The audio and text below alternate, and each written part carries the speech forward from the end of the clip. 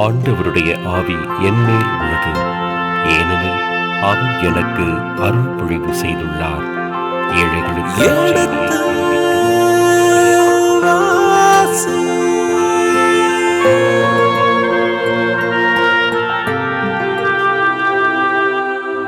எடுத்து வாசி.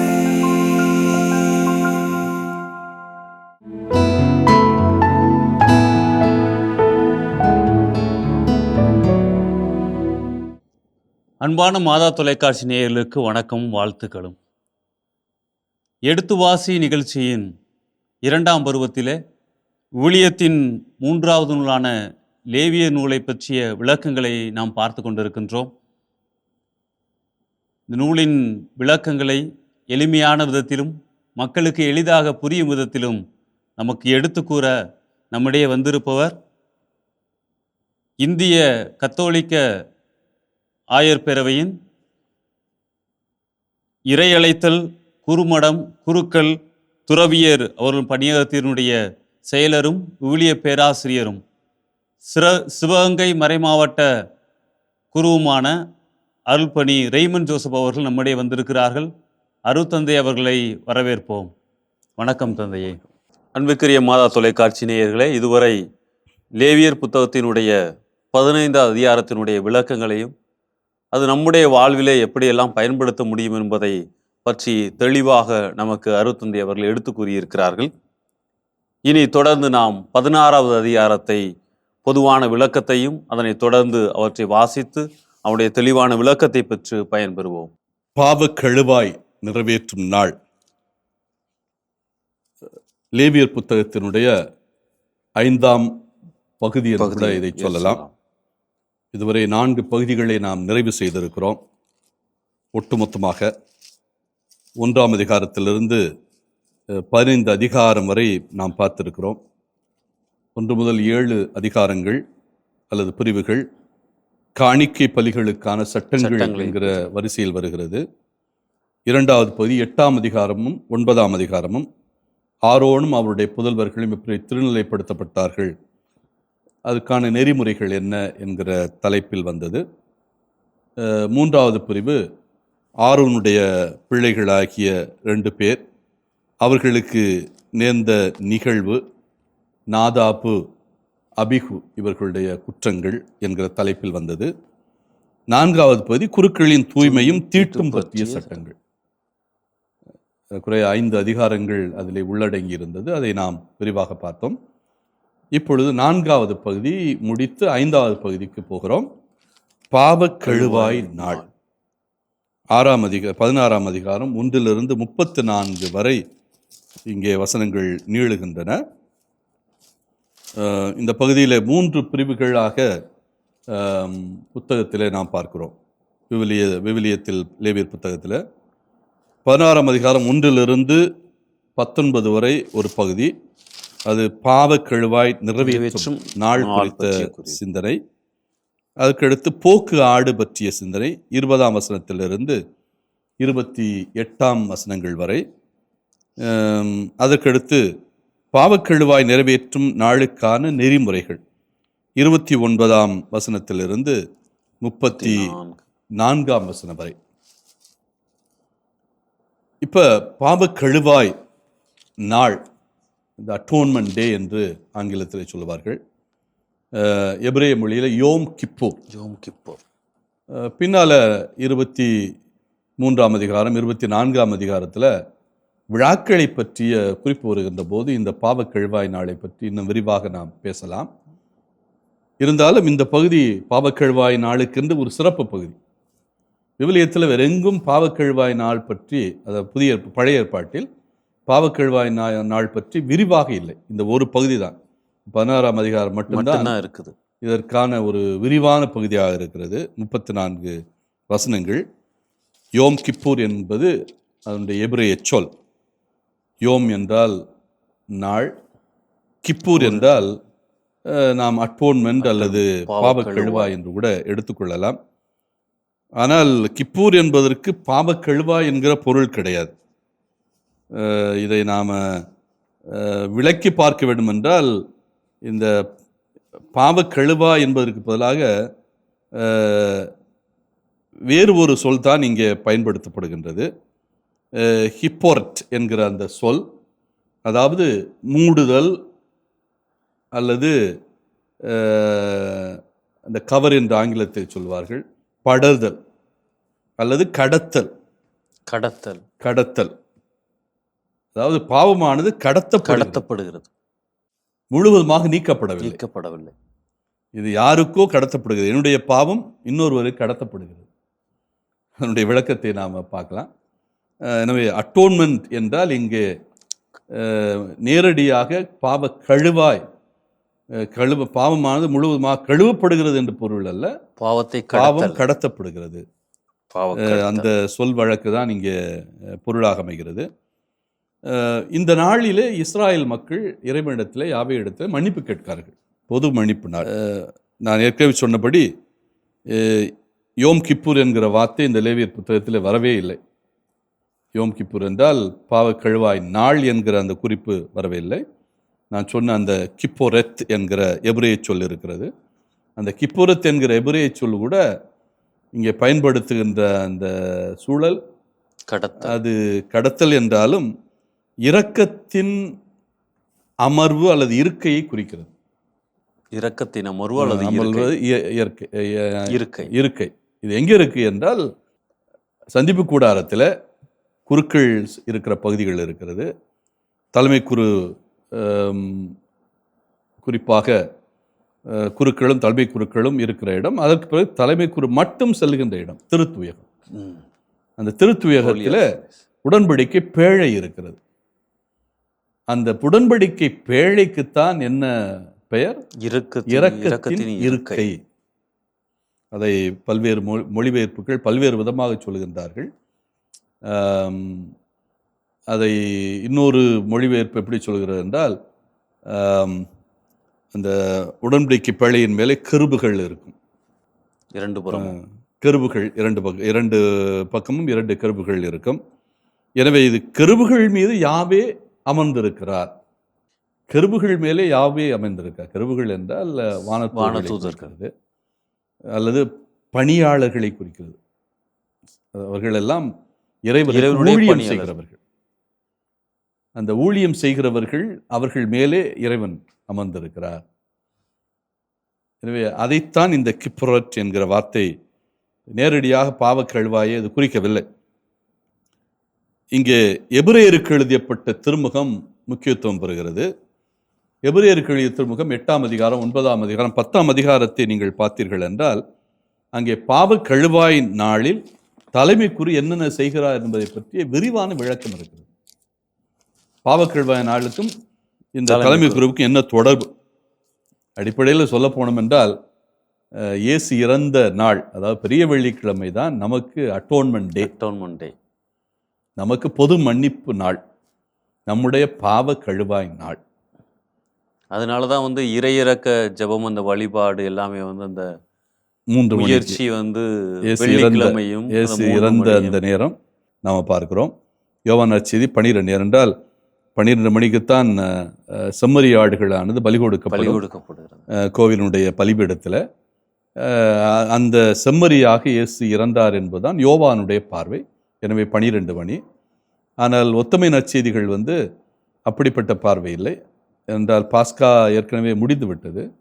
வியாழக்கிழமை இரவே பாஸ்கா உணவை இயேசு உண்டு விட்டார். இப்பொழுது அவர் பலியாகுவது உலக மீட்புக்காக. எனவே 3 மணிக்குத்தான் அவருடைய இறப்பு நிகழ்வதாக ஒத்தமை நற்செய்திகள் சொல்கின்றன. அந்த அடிப்படையில் தான் 3 மணியை இயேசுவினுடைய இறப்பு நேரமாக கருதி அங்கே இறை இறக்கத்தினுடைய ஜெபங்கள் எல்லாம் சொல்லப்படுகிறது. ஆக அந்த பெரிய வெள்ளிக்கிழமை, புனித வெள்ளிக்கிழமை என்பது நமக்கு பொது மன்னிப்பு நாள். காரணம் என்னவென்றால், இயேசு தன்னுடைய உயிரை மாந்தருக்கு கழுவாயாக கொடுத்த நாள் அந்த நாள். என்ன செய்கிறாரு தலைமை குரு? அந்த பரிகார பலி, அந்த பாவ பரிகார நாள் அன்று அல்லது பாவ கழுவாய் நாள் அன்று தலைமை குரு அந்த நாள் மட்டும்தான் திரைச்சிலையை தாண்டி திருத்துயரத்துக்குள்ளே நுழைய முடியும். அந்த திருத்துயரத்துக்குள் நுழைவது திரைச்சிலை விலக்கி. ஆனால் இயேசு இறப்பின் போது என்ன நிகழ்ந்தது? திரைச்சீலை கிழிந்தது. கிழிந்தது. இயேசு நம் அனைவரையும் அழைத்து கொண்டு திருத்துயகத்துக்குள் நுழைந்து விட்டார் என்கிறது எபிரேய திருமுகம். இது எந்த தடையும் இல்லை. நம்முடைய பாவங்கள் எல்லாம் கழுவப்பட்டு விட்டது. நம்முடைய நோய்கள் எல்லாம் முழுமையாக குணமாக்கப்பட்டு விட்டது இயேசுவுடைய இரத்தத்தினால. பார்த்தீங்கன்னா இந்த விழா என்பது பாஸ்கா விழாவிற்கு 6 மாதங்கள் கழித்து நிகழும். அந்த விழாவிலே என்ன செய்ய வேண்டும் என்றால், பொதுவாக இஸ்ராயல் மக்கள் எல்லாம் தங்களை தாழ்த்த வேண்டும், ஒடுக்க வேண்டும். நாணல் வளைந்து அப்படியே தொங்குவது போல இவர்களும் நாணலை போல தங்களை தாழ்த்தி கொள்ள வேண்டும், வளைந்து விட வேண்டும். இவர்கள் நின்று கொண்டு நான் தான் இறைவனுக்கு முன்னால் சமமானவன் என்று என்ற பார்வை இருக்கக்கூடாது. தன்னை தாழ்த்த வேண்டும். தாழ்த்துவதோடு மட்டுமல்லாமல் நோன்பு கடைபிடிக்க வேண்டும், உண்ணா நோன்பு இருக்க வேண்டும். தங்கள் பாவங்களுக்காக தலைமைக்குரு மக்களும் 2 பேருடைய பாவங்களுக்கு மனம் வருந்துகின்ற நாள். தலைமைக்குரு முதலில் தன் பாவங்களுக்காகவும் பிறகு மக்களின் பாவங்களுக்காகவும் பலிவப்பு கொடுக்க வேண்டும். எனவே தலைமைக்குரு முதல்ல தன்னை தூய்மைப்படுத்த வேண்டும், அதுக்கு பிறகுதான் மக்களை இவர் தூய்மைப்படுத்த முடியும்.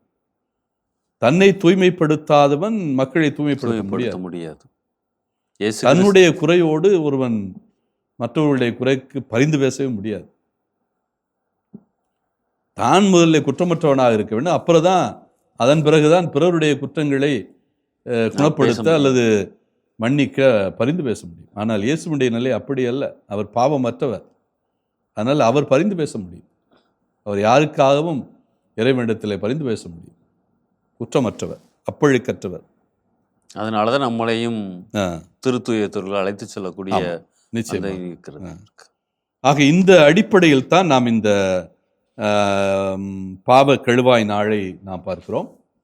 இந்த பாவ கழுவாய் நாள் இன்றைக்கும் இஸ்ராயல் மக்கள் கொண்டாடி கொண்டிருக்கிறார்கள்.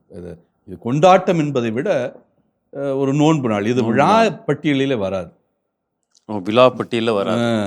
விழாப்பட்டியலிலே இதை இணைப்பது சரியல்ல. ஏனென்றால் இது நோன்பு நாள், இது பாவ கழுவாய் நாள், தன்னுடைய பாவங்களுக்காக அழுது புலம்புகிற நாள்.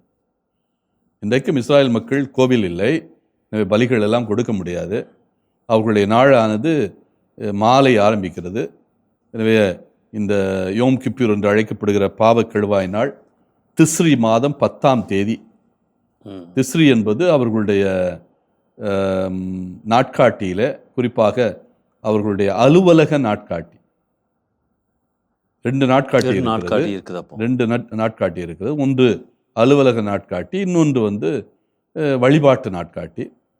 இந்த வழிபாட்டு நாட்காட்டி அவர்களுக்கு நீசான் மாதம் தொடங்குகிறது. ஆனால் அவர்களுடைய அலுவலக நாட்காட்டி திஸ்ரி மாதம் தொடங்குகிறது. அதுதான் ஆண்டினுடைய முதல் நாள், திஸ்ரி. அதை அவர்கள் புத்தாண்டு என்றே கொண்டாடுகிறார்கள். அப்போ நம்ம 2 ஆண்டு வைக்கிறோம், வழிபாட்டு ஆண்டு நம்முடைய உண்மை. அதுபோல வழிபாட்டுக்கு என்று 1 ஆண்டு இருக்கிறது, பொது காலத்துக்கு அதாவது நம்முடைய அலுவலகத்திற்கு ஒரு ஆங்கில நாட்காட்டி இருக்கிறது. வழிபாட்டுக்கு என்று டிசம்பர் மாதம் திருவருகை காலத்தில் முதல் ஞாயிற்றுக்கிழமை வழிபாட்டு ஆண்டு தொடங்குகிறது. இதே போலதான் அவர்களும் வைத்திருந்தார்கள். வழிபாடு நீசான் மாதம் தொடங்குகிறது முதல் தேதியிலிருந்து. அதே போல அவர்களுடைய பொதுவான அலுவலக நாட்காட்டி திஸ்ரி மாதம் 1ஆம் தேதி. இந்த திஸ்ரி மாதம் 1ஆம் தேதி என்பது அவர்களுக்கு சிறப்பான கொண்டாட்டம். புத்தாண்டு கொண்டாடுறோம். புத்தாண்டு. அதை அவங்க ரோஸ் ஹஷானா என்று அழைப்பார்கள். Rose Hashanah. ரோஸ் என்றால் தலை எபிரேய மொழியில, ஹஷானா என்றால் the year, the head of the year. Okay. ஆண்டினுடைய தலை, ஆண்டுக்கு தலையான நாள் என்பது அதனுடைய பொருள். அந்த மாதத்தில் தான் இந்த 10ஆம் நாள் இந்த நிகழ்வை கொண்டாடுகிறார்கள். எனவே இது விழா என்பதை விட அவர்களுக்கு ஒரு துக்க நாள் என்றுதான் சொல்ல வேண்டும். நோன்பு இருக்கிறார்கள், மன வருத்தப்படுகிறார்கள், பாவங்களுக்காக அவர்கள் கழுவாய் தேடுகிறார்கள். எல்லாரும் அழுது புலம்ப. இன்றைக்கும் யூதர்கள் அந்த 10ஆம் தேதி மாலை தான் அவர்களுடைய நாள் தொடங்குகிறது. அதாவது அந்த நாளுக்கு முந்திய நாள் மாலை நல்ல வயிறு முட்டை உண்பார்கள் என்றால் நாள் முழுவதும் நோன்பு இருக்க, இரவும் அடுத்த நாள் மாலை வரை அவர்கள் எதுவும் உண்ணக்கூடாது, தண்ணீர் கூட குடிக்கக்கூடாது. அதனால் என்ன பண்ணுவாங்க, அந்த நாள் துவங்குவதற்கு முன்னாலே சூரிய மறைவுக்கு முன்னாலேயே அவர்கள் ஏறக்குறைய 1 மணி நேரம் உண்பார்கள். இஸ்லாமியர்கள் செய்கிறார்கள் அல்லவா, பகலில் முழுவதும் அவர்கள் காலையில் 4 மணிக்கு ஆரம்பிக்கும் வாங்கு ஊதி அவர்கள் நோன்பை ஆரம்பிப்பார்கள். இரவு ஏறக்குறைய 7 மணி 8 மணிக்கு தான் அவர்கள் மீண்டும் தண்ணீரோ உணவோ உண்ண முடியும். உமிழ் நீர் கூட உண்ண மாட்டாங்க. அப்போ இரவு முழுவதும் அவர்கள் உண்ணக்கூடிய வாய்ப்பு இருக்கிறது. அதே போல தான் யூதர்களும் அந்த மாலை 5 மணிக்கு நன்றாக உண்டு விட்டு அடுத்த நாள் முழுவதும் இரவும் பகலும் எதுவுமே உண்ண மாட்டார்கள். இன்றைக்கும் நடக்கிறது. ஆனால் என்ன இல்லை, பலி கொடுத்தல் இல்லை. ஆனால் அந்த உணவு முடிந்தவுடனே மாலை நேரத்தில் அவர்கள் தங்களுடைய தொழுகை கூடத்துக்கு போகிறார்கள். இன்றைக்கும் தொழுகை கூடத்தில் அவர்கள் புலம்புகிறார்கள். என்ன புலம்புகிறார்கள் என்றால், இறைவா, நாங்கள் ஏதாவது உமக்கு வாக்குறுதி கொடுத்திருந்தால், இதை செய்வோம் என்று உறுதி கொடுத்திருந்தால், அதை செய்யாமல் மறந்துவிட்டால் எங்களை மன்னியும், எங்களுடைய பாவங்களை எல்லாம் மன்னியும். உமக்கு நாங்கள் எவ்வளவோ வாக்குறுதிகளை கொடுத்திருக்கிறோம், அதை செய்வோம் இதை செய்வோம், உமக்கு இவ்வளவு புகழ் பாடுவோம் என்றெல்லாம் சொல்லியிருக்கிறோம். ஆனால் பலவற்றை நாங்கள் மறந்திருக்கிறோம், உமக்கு செய்யவில்லை, அதற்கெல்லாம் மன்னிப்பு கொடு என்று அவர்கள் அழுது புலம்புவார்கள் இன்றைக்கு. அதன் பிறகு அவர்கள் தோராவிலிருந்து வாசிப்பார்கள், இறைவாக்கிலிருந்து வாசிப்பார்கள். அது முடிந்த பிறகு வீட்டுக்கு திரும்புவார்கள். அடுத்த நாள் முழுவதும் அவர்கள் இந்த நோன்பிலே இருப்பார்கள். இன்றைக்கும் அந்த நாள் கடைபிடிக்கப்படுகிறது. அவர்களுடைய துக்க தினமாகவே கடைபிடிக்கப்படுகிறது. குறிப்பாக இந்த பாரம்பரிய யூதர்கள் என்று சொல்லக்கூடியவர்கள் இதை சரியாக கடைபிடிக்கிறார்கள். மாடர்ன் ஜூஸ் என்று அழைக்கப்படுகின்ற புதிய கால யூதர்கள் எல்லாம் சரியான நவீன காலம், புதிய காலம் என்று கூட சொல்லலாம். நவீன கால யூதர்கள் அந்த அளவுக்கு அதை இந்த ஒழுங்குகளை எல்லாம் கடைபிடிப்பதில்லை. ஆனால் யூதர்களை பொறுத்த மட்டில் இதில் கண்ணும் கருத்துமாக இருக்கிறார்கள். ஆக இந்த நோன்பு நாள், இந்த பாவக்கெழுவாய் நாள் என்ன என்று பார்த்திருக்கிறோம். இந்த பாவக்கெழுவாய் நாளில் என்ன நடக்கிறது, எதற்காக நடக்கிறது, இதைத்தான் இந்த பகுதி விளக்கி சொல்கிறது. திஸ்ரி மாதம் 10ஆம் தேதி யூதர்கள் தங்கள் அத்தனை பேருடைய பாவம், தலைமை குரு முதற்கொண்டு அத்தனை பேருடைய பாவங்களுக்காகவும் இறைவனிடத்தில் மன்னிப்பு கேட்கிறார்கள். இந்த மன்னிப்பு எப்படி கேட்கப்படுகிறது, இதை எப்படி அவர்கள் கடைபிடிக்கிறார்கள், இன்றைக்கு யூதர்கள் எப்படி கடைபிடிக்கிறார்கள் என்று நாம் பார்த்தோம். அதற்கான புதிய ஏற்பாட்டு எபிரேய திருமுகத்தை இணைத்து பார்த்தோம். இயேசு இந்த பாவக்கெழுவாயாக நமக்கு ஆகிவிட்டார். இதில் சொல்லப்போனோம் என்றால், இந்த யூதர்களுடைய கழுவாய் நான் ஏற்கனவே சொன்னேன், கடத்தல் மட்டும்தான். எதுக்கோ ஒன்று கடத்தப்படுகிறது. அதாவது இங்கே ஆட்டுக்குட்டி மேல் பாவம் கடத்தப்படுகிறது. இது முழுவதுமே மன்னிக்கப்படுவதில்லை. ஆனால் இயேசுவை பொறுத்த மட்டில் என்ன நிகழ்கிறது, அவர் இரத்தத்தால் நம்முடைய பாவம் கழுவப்படுகிறது. எபிரேயருக்கு எழுதிய திருமுகம் இதை மிக அழுத்தம் திருத்தமாக சொல்லுகிறது. நம்முடைய பாவங்கள் எல்லாம் முழுமையாக கழுவப்படுகிறது. எந்தவித அப்பழுக்கும் இல்லாமல், எந்தவித குறையும் இல்லாமல் முழுமையாக நாம் பாவங்கள் நீக்கப்படுகிறோம் என்கிறது குறிப்பு இருக்கிறது. 10ஆம் அதிகாரம் எபிரேயருக்கு எழுதிய திருமுகம் 4ஆம் வசனம், அதை சற்று வாசியுங்கள். ஆம், காளைகள் வெள்ளாட்டு கிடாய்கள் இவற்றின் இரத்தம் பாவங்களை போக்க முடியாது. அதனால் தான் கிறிஸ்து உலகிற்கு வந்தபோது பலியையும் காணிக்கையையும் நீர் விரும்பவில்லை, ஆனால் ஓர் உடலை எனக்கு அமைத்து தந்தீர். எரிபலிகளும் பாவம். தயவு செய்து 10ஆம் அதிகாரம் 10 வாசியுங்கள். 10ஆம் அதிகாரம் 10. இந்த திருவுளத்தால் தான் இயேசு கிறிஸ்து ஒரே ஒரு முறை தம் உடலை பலியாக செலுத்தியதன் மூலம் நாம் தூயவராக்கப்பட்டிருக்கின்றோம். இயேசுவினுடைய கல்வாரி பலியினால் அவர் சிந்திய இரத்தத்தால் நாம் எப்படி மாறி இருக்கிறோம், தூயவர்களாக. இனி நமக்கு பாவமே இல்லை. பழைய பலியானது, அதாவது தலைமை குருக்கள் ஒரு நாள் கொடுத்தார்கள் அல்லவா, அந்த பாவ கழுவாய் நாள் என்ற அந்த பலி மனிதனுடைய பாவத்தை கடத்தத்தான் செய்தது, போக்க முடியவில்லை. ஆனால் இயேசு கல்வாரி மலையில் செலுத்திய பலியின் வழியாக என்ன நிகழ்ந்தது? நாம் முழுமையாக தூய்மைப்படுத்த குற்ற நிவர்த்தி பலி. அதான் குற்றம் நீக்க பலி. முழுமையாக குற்றப்பழியானது நீக்கப்பட்டு விட்டது இயேசுவுடைய பலியினாலே, இரத்தத்தினாலே. ரோமியருக்கு எழுதிய திருமுகம் 3ஆம் அதிகாரம் 25 இதை வலியுறுத்தி சொல்லுகிறது. ரோமியருக்கு எழுதிய திருமுகம் 3ஆம் அதிகாரம் 25ஆம் வசனத்தை வாசியுங்கள். அங்கும் கிறிஸ்து சிந்தி மனிதருடைய பாவத்து கழுவாயாகுமாறு இயேசுவை கடவுள் நியமித்தார். அவரிடம் நம்பிக்கை கொள்ளுவோருக்காகவே அவ்வாறு செய்தார். கடவுள் கடந்த காலத்தில் மனிதர் செய்த பாவங்களை கண்டுகொள்ளாமல் விட்டுவிட்டார். இவ்வாறு மனிதரை தமக்கு ஏற்புடையவராக்கும் முறையை அவர் காட்டினார். எப்படி ஏற்புடையவராக்கினார்? இயேசுவுடைய இரத்தத்தினால் மனிதர் முழுவதையும் ஏற்புடையவராக்கி அவருடைய பாவங்களை எல்லாம் கழுவி போக்கினார். ரோமியருக்கு எழுதிய திருமுகம். எனவே இயேசு இந்த கழுவாய் நாளுக்கான போக்காட்டு கழுவாய் நாளுக்குரிய கடத்தல் ஆட்டுக்குட்டியாக. ஆனால் இந்த கடத்தல் ஆட்டுக்குட்டி என்ன செய்கிறது? தூய்மைப்படுத்துகிறது. வெறும் கடத்தலோடு நிறுத்தவில்லை, இது குணப்படுத்துகிறது.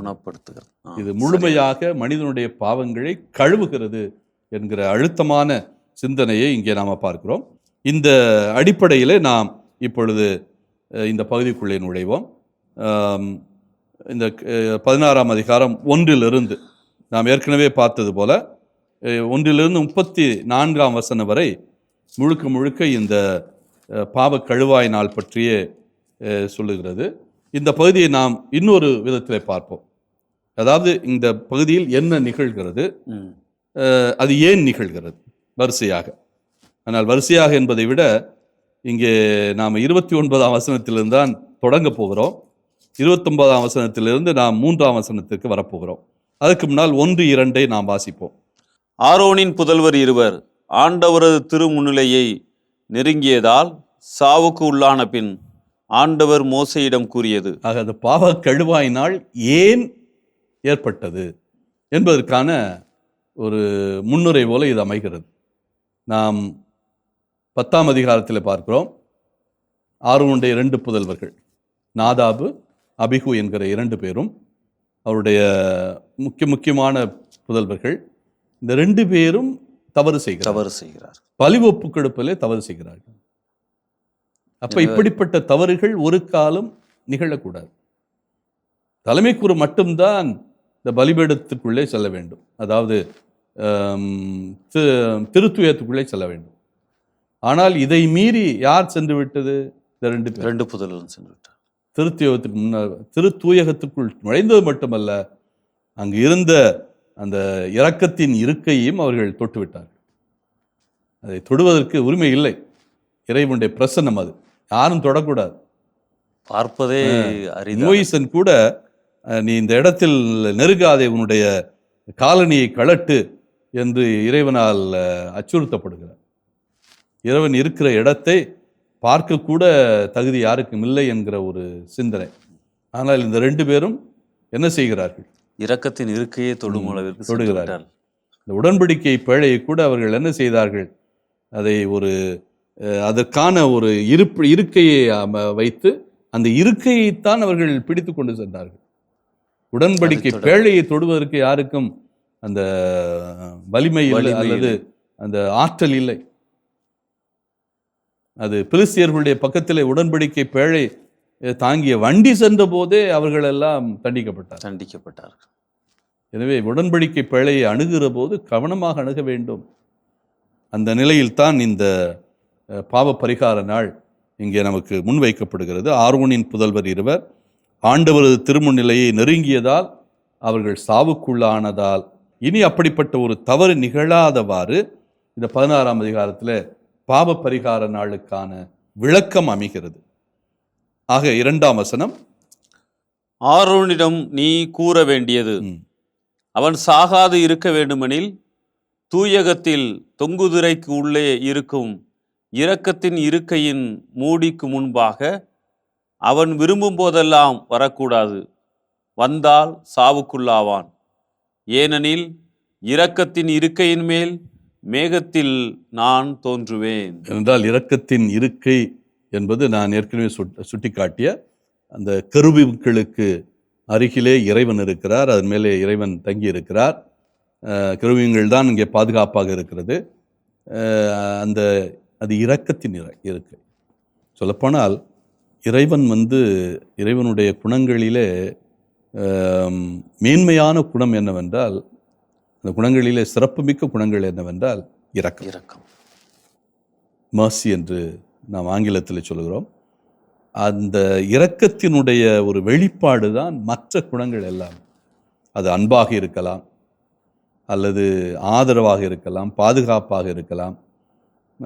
நீங்கள் என்ன வார்த்தைகளை சொன்னாலும் சரி, என்ன குணங்களை சொன்னாலும், நீதி, நேர்மை, இது எல்லாமே எதிலிருந்து புறப்படுகிறது என்றால் இரக்கத்திலிருந்து, கடவுளுடைய இரக்கத்திலிருந்து வழிந்து, இறைவனுடைய இரக்கத்திலிருந்து வழிகிறது தான் அது. அதனாலதான் அது இரக்கத்தினுடைய இருக்கை, இந்த மர்சி சீட், இறைவனுடைய இரக்கத்தின் இருக்கை. அந்த இரக்கத்தின் இருக்கை ஒரே ஒரு நாள் மட்டும்தான் அந்த இருக்கை இருக்கிற இடத்தை அணுக முடியும். அதுவும் யார் மட்டும்தான்? தலைமை குருமா ஆரோன் மட்டும்தான். அவனுடைய வழிமுறையினர். தலைமை குருவாக யார் நியமிக்கப்படுகிறாரோ அவர் மட்டும் இந்த நாளில், அதாவது பாவ கழுவாய் நாள் அன்று, யோம் கிப்பூர் அன்று, அட்டோன்மென்ட் டே அன்று இவர்கள் நுழைய வேண்டும். நினைத்த போதெல்லாம் அவர்கள் உள்ளே நுழையக்கூடாது. எனவே அந்த நாளில் நீ என்ன செய்ய வேண்டும்? அந்த நாள் எப்படிப்பட்ட நாளாக இருக்க வேண்டும்? அதைத்தான் 3ஆம் வசனத்திலிருந்து நாம் பார்க்கிறோம். எனவே 3ஆம் வசனத்துக்கு போவதற்கு முன்னால 29ஆம் வசனத்தை எடுங்க. இதுல நாம் என்ன நிகழ்கிறது, ஏன் நிகழ்கிறது என்ற அடிப்படையில் நாம் பார்ப்போம். 29ஆம் வசனம். 7ஆம் மாதம் 10ஆம் நாள் குடிமக்களும் உங்களோடு வாழும் அந்நியரும் வேலை ஒன்றும் செய்யாமல் நோன்பிருக்க வேண்டும். இது உங்களுக்கு என்றுமுள்ள நியமம் ஆகும். அப்ப 7ஆம் மாதம் 10ஆம் நாள், நான் ஏற்கனவே சொன்னேன், ஆண்டின் முதல் மாதம். அதாவது எந்த ஆண்டின் முதல் மாதம்? அலுவலக நாட்காட்டியினுடைய முதல் மாதம். அப்ப வழிபாட்டு நாட்காட்டி தான் இங்கே குறிக்கப்படுகிறது. வழிபாட்டு நாட்காட்டி என்று கணக்கிடுகிற போது இது 6ஆம் மாதம், 7ஆம் மாதம். அலுவலக நாட்காட்டி என்கிற போது முதல் மாதம். ஆனால் வழிபாட்டு நாட்காட்டி என்கிற போது திஸ்ரீ என்பது 7ஆம் மாதமாக மாறுகிறது. அந்த மாதத்தினுடைய 10ஆம் நாள், அதாவது நீ புத்தாண்டு கொண்டாடிய 10வது நாள் என்ன பண்ணணும்? குடிமக்களும் உங்களோடு வாழும் அந்நியரும் வேலை ஒன்றும் செய்யாமல் நோன்பிருக்க வேண்டும். ஆக இந்த நாள் என்ன நிகழ்வு நடக்கிறது? குற்றப்பழி நீக்கல் நடக்கிறது. இஸ்ரேல் மக்கள் வேலையை தவிர்க்க வேண்டும், நோன்பு இருத்தல் வேண்டும். வேலையை தவிர்க்க வேண்டும் என்பது எதற்காக சொல்றாங்க? வேலையை இறைவனுக்கு முழுமையாக செலவழிக்க வேண்டும். சில பேர் வேலைக்கு போகக்கூடாது அப்படின்னு சொல்றதுக்காக சும்மா இருந்தால் இங்க கடவுள் பிரசனத்தில் அந்த நேரத்தை வேலை செய்யாமல் இருப்பது என்று 2 பொருள் இருக்கிறது. இஸ்ராயல் மக்கள் முக்கியமாக ஒரு நாள் முழுவதுமாக எந்த வேலையும் செய்யக்கூடாது. அந்த அவர்களுடைய நடக்கின்ற தூரம் கூட கணிக்கப்பட்டு இருக்கிறது. 100 மீட்டர் தான் நடக்கணும், அதுக்கு மேலே நடக்கக்கூடாது. இப்படிப்பட்ட ஒரு கணிப்புகள். 100 மீட்டர் என்பது ஒரு குறிப்பாக சொல்கிறேன். ஆனால் எவ்வளவு தூரம் செல்ல வேண்டும் என்கிற சரியான கணிப்புகள் இருக்கிறது. என்ன உணவு உண்ண வேண்டும், எவ்வளவு உணவு உண்ண வேண்டும் என்கிற, அதுவும் குழந்தைக்கு எவ்வளவு பால் கொடுக்க வேண்டும், தாய்ப்பால் கொடுக்க வேண்டும் என்கிற அந்த ஒழுங்குமுறைகள் எல்லாம் இருக்கிறது. அது ஓய்வு நாள், வாரத்தினுடைய இறுதி நாள் என்பது ஓய்வு நாள், சனிக்கிழமை ஓய்வு நாள். அந்த நாளில் அவர்கள் எந்த வேலையும் பார்க்கக்கூடாது. முழுவதுமாக அந்த நாளுக்கு ஓய்வு கொடுக்க வேண்டும். ஜெபக்கூடத்திலே சென்று அவர்கள் இறைவேண்டல் செய்ய வேண்டும். அதுதான் அவர்களுக்கு குறிக்கப்பட்ட கட்டளை. ஆனால் இந்த நாள் இது ஓய்வு நாள் கிடையாது. யோம் கிப்பூர் என்பது ஓய்வு நாள் கிடையாது. இது வேலைக்கு ஓய்வு, அவ்வளவுதான். நீ இந்த நாளில் புற வேலைகளை செய்யக்கூடாது, வீட்டு வேலைகளை செய்யலாம், அல்லது உன்னோடு மிக அத்தியாவசியமான வேலைகளை செய்யலாம், உணவு தயாரிக்கலாம், அல்லது வீட்டில் ஆடு மாடுகளுக்கு தண்ணீர் காட்டலாம். ஸோ இந்த வீட்டோடு தொடர்புடைய வேலைகளை செய்யலாம். அத்தியாவசியமான வேலைகள், வெளி வேலைகளை தவிர்க்க செய்யக்கூடாது. வேண்டும். அத்தியாவசியமாக இருக்கிற வேலைகளை நீ செய்யலாம். அந்த நிலையில் தான் நீ வேலையை தவிர்த்து உண்ணா நோன்பு இருக்க வேண்டும். குற்றப்பழி நீக்க வேண்டும். இஸ்ராயேல் மக்கள் வேலை வாய்ப்பை தவிர்க்க வேண்டும். உண்ணா நோன்பு இருக்க வேண்டும். இதுதான் இங்கே குறிக்கப்படுகிறது. 7ஆம் மாதம் 10ஆம் நாள், திஸ்ரி மாதம் 10ஆம் நாள். அந்நியரும் வேலை செய்யக்கூடாது, நீயும் வேலை செய்யக்கூடாது, நோன்பு இருக்க வேண்டும். இது உங்களுக்கு நியமனம். இதெல்லாம் ஏன் நோன்பு இருக்க வேண்டும்? ஏன் இஸ்ராயேல் மக்கள் வேலையை தவிர்க்க வேண்டும்? காரணம் என்ன? இறைவனுக்கு முன்னால் உங்களை தாழ்த்த வேண்டும். அதான் காரணம். ஏனென்றால் நீங்கள் இறைவனை நம்பி இருக்கிறீர்கள், இறைவனுடைய மக்கள். யாவே சொல்லி இருக்கிறார், நான் உங்கள் கடவுள், நீங்கள் என் மக்கள்.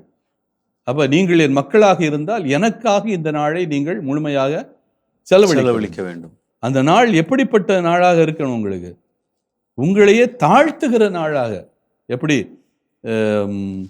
இந்த நாணல் புல்லானது தாழ்த்தி இருக்கிறதோ, அது வளர்ந்து போகிற போது முழுவதுமாக நீண்டு கொண்டு இருக்க முடியாது. அதனுடைய உயரம் செல்ல செல்ல அது அப்படியே தன்னை தாழ்த்துகிறது. ஆனால் அது உயரமான நாணல். ஆனால் உயரமான நாணலுக்கும் என்ன தன்மை இருக்கிறது?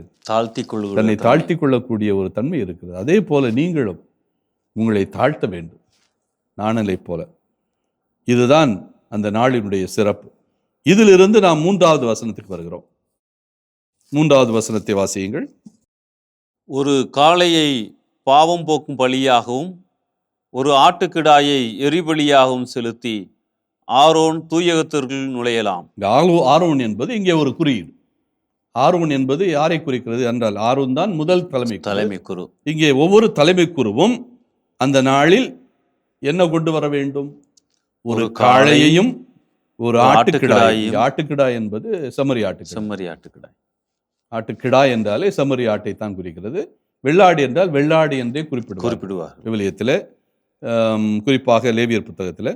எனவே ஒரு காளையும் காளைக்கன்று அல்லது ஆட்டுக்கிடாய், இது ரெண்டையும் குரு கொண்டு வர வேண்டும்.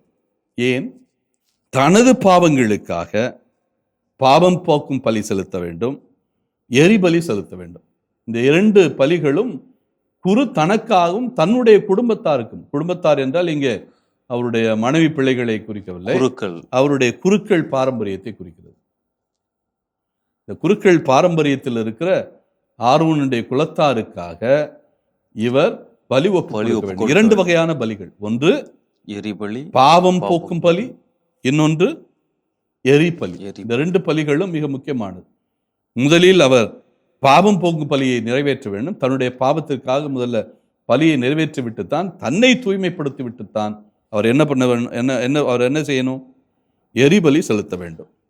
எனவே இந்த 2க்காகவும் அவர் இந்த காளையையும் ஆட்டுக்கிடாயையும் கொண்டு வருகிறார். பாவம் போக்கும் பலி செய்வதற்கு காளை, எரிபலிக்கு ஆட்டுக்கிடாய். எனவே காளையை ஏன் கொண்டு வருகிறார் என்றால், அவர் பாவம் போக்கும் பலிக்காக தன்னுடைய பாவங்களை கழுவுகின்ற அந்த நிலைக்காக காளையை கொண்டு வருகிறார். எரிபலி செலுத்துவதற்காக ஆட்டுக்கிடாயை கொண்டு வருகிறார். இதுதான் என்ன நிகழ்கிறது, ஏன் நிகழ்கிறது? எனவே ஆட்டுக்கிடாயும் காளையும் கொண்டு வருகிறார் குரு. எதுக்காக? அவருடைய ஆட்டுக்கிடாயை எரிபலியாகவும் காளையை பாவம் போக்கும் பலியாகவும் அவருக்காகவும் அவருடைய பிள்ளைகளுக்காகவும் அவருடைய சந்ததியினருக்காகவும், அதாவது குரு பாரம்பரியத்துக்காகவும். இப்ப 4வது வசனத்துக்கு வருவோம். அவன் புனித நாற்பட்டு மேற்சட்டை அணிய வேண்டும், நாற்பட்டலான உள்ளாடை, கச்சை, தலைப்பாகை அணிய வேண்டும். இந்த புனித ஆடைகளை நீராடிய பின்னரே அவன் அணியலாம். ஆக இது அவருடைய தூய்மையை மட்டும் சுட்டி காட்டவில்லை. ஆரோன் அல்லது தலைமை குருவினுடைய தூய்மையை மட்டும் சுட்டி காட்டவில்லை. அத்தோடு இவர் உடுக்கின்ற ஆடை மிக மிக முக்கியமானது. என்றால் இவர் புனித இடத்துக்கு வருகிறார், அதற்கென்று தனித்துவமிக்க ஆடையை அணிய வேண்டும். நாம் ஏற்கனவே 8ஆம் அதிகாரம் 9ஆம் அதிகாரத்தில் பார்த்துருக்கிறோம். குறிப்பாக 8ஆம் அதிகாரத்தில் ஆரோன் குருவாக ஆன பிறகு என்னென்ன ஆடைகளை அவர் உடுத்த வேண்டும் என்கிற ஒரு வரையறை இருக்கிறது. மொத்தம் அந்த ஆடை வகைகளில் 8 ஆடை வகைகள் இருக்கும். ம். முதல் ஆடை வந்து கால்சட்டை. கால்சட்டை என்பது அவருடைய உள்ளாடை போல. அதற்கடுத்து புனித நாற்பட்டு உள்ளாடை, அதாவது நாற்பட்டு உள்ளாடை உடுத்த வேண்டும்.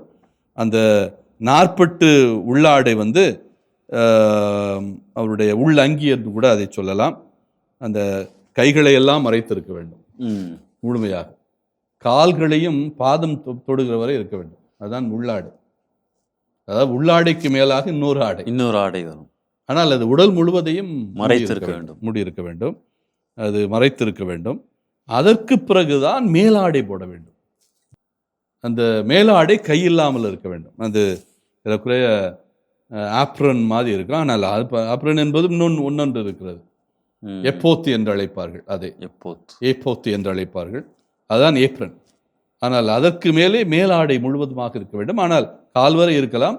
ஆனால் அந்த ஆடை வந்து கை இருக்கக்கூடாது, முழு கை இருக்கக்கூடாது. இயேசு கிறிஸ்து படத்தில் நம்ம காண்போம். அப்படியா? சில மேலாடையும் இருக்கும். அதே சமயத்தில் உள்ளாடைக்கும் மேலாடை இருக்கும். அந்த மேலாடை வந்து நாற்பட்டால் செய்யப்பட்டது. அதைத்தான் இங்கே குறிப்பிடுகிறார்கள். மேலாடை நாற்பட்டால் செய்யப்பட்டது, ஊதா நிறமுடையதாக இருக்க வேண்டும். இது போக இடைக்கச்சை, இந்த இடைக்கச்சை இருக்க வேண்டும். இந்த இடைக்கச்சையானது நீலம், ஊதா, கருஞ்சிவப்பு வண்ணத்திலே இருக்க வேண்டும். 3 வகையான வண்ணங்கள். அதற்கு பிறகு ஏப்போத்து என்பது குருக்களுக்கு மிக முக்கியமானது. அதுவும் குறிப்பாக அதுவும் கையில்லாத அந்த ஆடையாக இருக்க வேண்டும். அது கால்வரை போக வேண்டிய அவசியம் இல்லை. அதில் முக்கியமானது தோள்பட்டையில் 2 கற்கள் இருக்கு. அந்த கற்கள் அதனுடைய முக்கியமான பணி என்னவென்றால், அந்த கற்களின் மேலே 2 பக்கமும் 6 எண்ணிக்கையில் குல முதுவர்களுடைய பெயர்களை எழுதி வைத்திருக்க வேண்டும். 12 குல முதுவர்கள், அவர்களுடைய பெயர்களை எழுதி வைத்திருக்க வேண்டும். அதாவது இது எதை சுட்டி காட்டுகிறது என்றால், இவர் இந்த தலைமை குரு வந்து ஆரோன் குலத்தை சேர்ந்தவராக இருக்கிறார். அதே சமயத்தில் யாரோடு இஸ்ராயல் மக்களுடைய நினைவாக இருக்கிறார், யாக்கோபினுடைய பிள்ளைகளுடைய நினைவாக இருக்கிறார். அதை சுட்டி காட்டுகிறது. அதற்கு பிறகு மிக முக்கியமாக மார்பு பட்டை என்பது அந்த ஆப்ரனுக்கு மேலாக, அதாவது அந்த ஏப்போத்துக்கு மேலாக வைத்திருக்கிற ஒரு ஆடை, அல்லது நெஞ்சை மறைக்கிற ஒரு ஆடை. அதில் 4 வரிசைகளில் இந்த 12 பேருடைய 12 யாக்கோபினுடைய பிள்ளைகளுடைய பெயர் இருக்க வேண்டும். இந்த மார்புப்பட்டைக்கு உள்ளாக மிக முக்கியமான ஒன்று இருக்கும். அது பையோடு இருக்கும். அந்த மார்புப்பட்டை உள்பகுதியில், அந்த பையில் முக்கியமாக, அதாவது ஊரிம் தும்மிம் என்கிற அந்த என்ன வழக்கமாக இஸ்ராயல் மக்கள் அல்லது தலைமை குருக்களிடத்தில் அது இருப்பது. இது எதற்கு பயன்படும் என்றால், சீட்டு போட்டு பாருங்கள். இந்த காய்களை, இந்த கற்களை குலுக்கி போட்டு அவர்கள் தேர்ந்தெடுப்பார்கள். ஏதாவது ஒன்றை தேர்ந்தெடுக்க வேண்டும் என்றால் இந்த ஊரிம் தும்மிம் இவற்றை பயன்படுத்தி அவர்கள் தேர்ந்தெடுப்பார்கள். என் உடைகளை சீட்டு போட்டு பார்த்தார்கள் என்பது போல இங்கே இந்த ஊரிம் தும்மிம் என்கிற இந்த 2 கற்களை பயன்படுத்தி தான் இந்த கற்கள் புனித கற்கள் மட்டுமல்ல, இறைவன் எதை தேர்ந்தெடுக்கிறார் என்பதற்கு அடையாளமாக இருப்பது. எனவே இறை பிரசன்னத்தை இந்த 2 கற்களும் குறிக்கிறது. இறைவனுடைய தேர்வை இவை நிலைப்படுத்துகின்றன. இந்த கற்களை உருட்டுகிற போது, இந்த கற்கள் எதை தேர்வு செய்கின்றவோ அந்த தேர்வு செய்கின்றவை யார் தேர்வு செய்தது? இந்த கற்கள் தேர்வு செய்யவில்லை, இறைவனை தேர்வு செய்கிறார். எனவே ஊரிம் தும்மிம் என்கிற கற்கள். அதற்கு பிறகு தலைப்பாகை, இது 7வது தலைப்பாகை. இங்கே தலைப்பாகையும் குறிப்பிடப்பட்டு இருக்கிறது. இந்த தலைப்பாகைக்கு பிறகு பொன்முடி. இந்த பொன்முடி என்பது தலைப்பாகையின் மேலே இருக்கிறது, தலையில் வைக்கப்படுகிறது. அந்த பொன்முடியில் என்ன குறிக்கப்பட்டிருக்கும் என்றால், ஆண்டவருக்கு அர்ப்பணிக்கப்பட்டவன். ஆக இந்த தலைமைக்குரிய என்கிறவன் யாரோ ஒருவரால் தேர்ந்தெடுக்கப்பட்டவர் அல்ல, அல்லது இவரை தேர்ந்து கொண்டவர் அல்ல. இறைவனால் தேர்ந்து கொள்ளப்பட்டவர். ஆண்டவருக்கு அர்ப்பணிக்கப்பட்டவர். இந்த உடைகளோடு தான் அவர் திருத்துவயத்துக்குள்ளே நுழைய முடியும். இதுல எந்த ஒரு குறை இருந்தாலும் அவர் திருத்துவயத்துக்குள்ளே நுழைய முடியாது. எனவே உடை என்பது இங்கே முக்கியமானது. தலைமை குரு அதை அடிப்படையாக கொண்டுதான் இந்த 4ஆம் வசனத்தில் இந்த உடைகளை சுட்டி காட்டுகிறார். தலைமை குரு மேலாடை கொண்டு இருக்க வேண்டும், 40 உள்ளாடை வைத்திருக்க வேண்டும், கச்சை வைத்திருக்க வேண்டும், தலைப்பாகை என்று 4 உடைகளை மட்டும்தான் இங்கே சுட்டி காட்டுகிறார்கள். ஆனால் தலைமை குருவுக்கு இந்த புனித பணிகளை செய்கின்ற போது 8 வகையான உடைகளை அவர் வைத்திருக்க வேண்டும். இப்போ அதுக்கு அடுத்து 5ஆம் வசனத்துக்கு போவோம். 5ஆம் வசனம், இஸ்ராயல் மக்கள் கூட்டமைப்பு பாவம் போக்கும் பலிக்காக வெள்ளாட்டுக்கிடாய்கள் 2ஐயும் எரிபலிக்காக ஆட்டுக்கிடாய் 1ஐயும் கொண்டு வர வேண்டும். ஆக 4ஆம் வசனம் வரை தலைமை குரு என்னென்ன பலிப்பொருட்களை கொண்டு வர வேண்டும்? ஒரு காளையையும் ஒரு வெள்ளாட்டுக்கிடாய், ஒரு ஆட்டுக்கிடாயும் கொண்டு வர வேண்டும். ஆட்டுக்கிடாயை கொண்டு வர வேண்டும். காளை என்பது அவருடைய பாவம் போக்கு பலி, வெள்ளாட்டுக்கிடாய் என்பது எரிபலி. இப்பொழுது இஸ்ராயல் மக்கள் அவர்களும் பலிப்பொருட்களை கொண்டு வர வேண்டும். என்றால் இங்கே தலைமை குருடைய பாவத்துக்கு மட்டுமல்ல பலி நடத்தப்பட போகுது, யாருடைய பாவத்துக்கும் பலி நடக்கப் போகிறது? இஸ்ராயல் மக்களுடைய பாவத்துக்கு.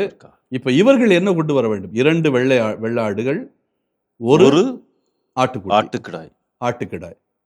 அப்ப செம்மறியாடு ஒன்றும் 2 வெள்ளாடும் கொண்டு வர வேண்டும்.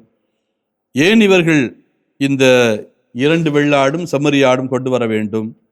என்ன நோக்கம்? 2 வெள்ளாடு, ஒன்று பாவ போக்கு பழிக்காக ஒரு வெள்ளாடு, இன்னொன்று போக்கு ஆட்டுக்காக ஒரு வெள்ளாடு. எனவே இந்த 2 வெள்ளாடுகளில் தான் ஒன்று பாவம் போக்கும் பலிக்கும், இன்னொன்று போக்கு ஆட்டுக்கும் தேர்ந்தெடுக்கப்பட இருக்கிறது. என்றால் வெள்ளாடுதான் பாவம் போக்கும் பலிக்கு போக்கு ஆடாக தேர்ந்தெடுக்கப்பட வேண்டும் என்பது நியதி. பாவம் கடத்தப்படுவதற்கு அடையாளம். அதற்கடுத்து எரிபலிக்காக அவர்கள் என்ன கொண்டு வர வேண்டும்? நம்ம ஏற்கனவே பார்த்திருக்கிறோம், ஆட்டுக்கிடாய், செம்மறி ஆட்டுக்கிடாய்.